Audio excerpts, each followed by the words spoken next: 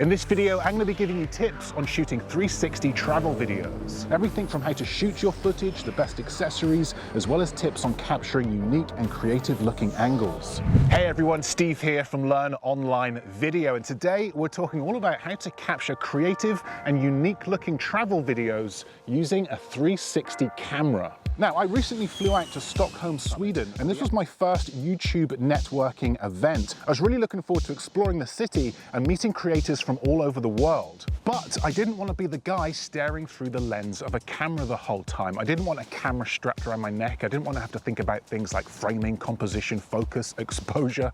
But I did want to document the trip. And this is where a 360 camera comes in.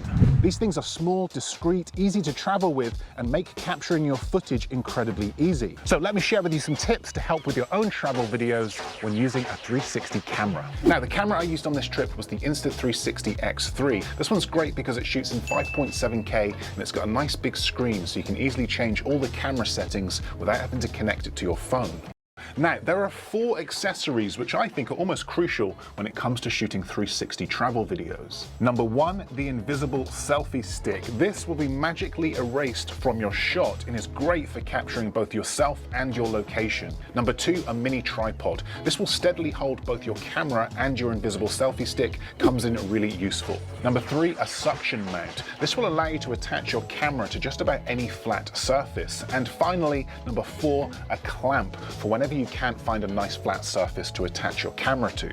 Now, how you shoot your travel video and the footage you capture is entirely up to you. Do what works best for the story that you're trying to tell. For me, I wanted to capture shots not only of my destination, but also my journey to that destination. You could, for example, capture a POV shot whilst you pack your suitcase, or you could capture a time lapse as you drive to the airport. Now, the Invisible Selfie Stick comes in very useful at the airport because it's easy to carry with your luggage and folds down nice and small when not in use. It also allows you to capture shots as you walk through the airport from multiple different angles, and this gives you a good variety of footage to work with in the edit. Also, try getting creative with your shots and angles. I clamped my camera to the bottom of my suitcase for this shot and sent it around the conveyor belt for this shot. Now, once you've boarded the plane and taken your seat, don't feel like there's no longer anything to shoot, because there is literally a whole window of opportunity to take advantage of. Shooting in time-lapse mode as the plane takes off. This is a great way of adding more pace to your travel videos. If time-lapses aren't your thing, then try shooting in real time. Also, experiment with your framing in the edit. The beauty of shooting in 360 is that you can point the camera wherever you like. You could point it towards you,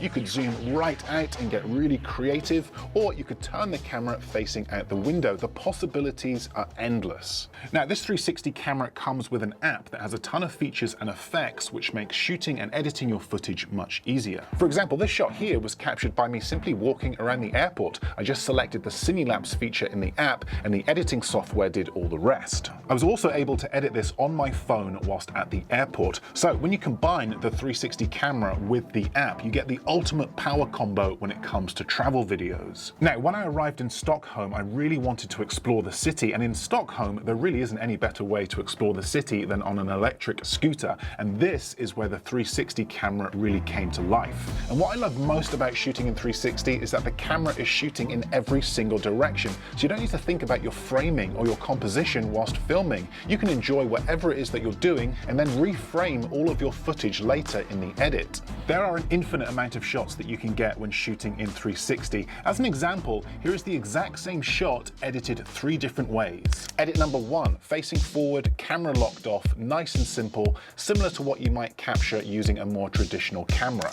Edit number 2, exact same shot, only this time we're going to tilt down as we push forward to reveal the road ahead. And edit number 3, let's get much more creative with this one, consistent camera movement that creates a much more immersive experience. So quite often, deciding the framing of your shot is the most difficult part because there's so many options. Also, don't always feel like your camera needs to be moving. You could place it still on a table during a meal, for example, example, and then get creative in the edit later.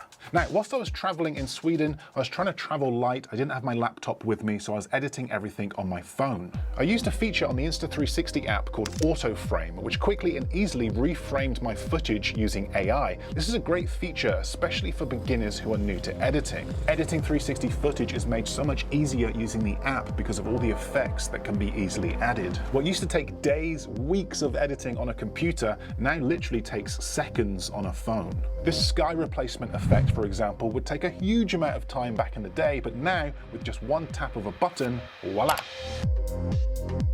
Also, if you're looking for more control over your edit and a higher resolution export, then this is where the Studio app comes in. I use this when editing on a laptop, as I can create much more technical and precise camera movements. The app is a great quick on-the-move way to edit your footage, and the Studio app on a computer is better when editing bigger projects. This tutorial here, for example, the video that you're watching right now, I edited my 360 footage on the Studio app here on my laptop and then imported it into my editing software for the final edit. So look, I feel like we're just scratching the surface of 360 travel videos here, but hopefully this has given you a few ideas for your own travel videos.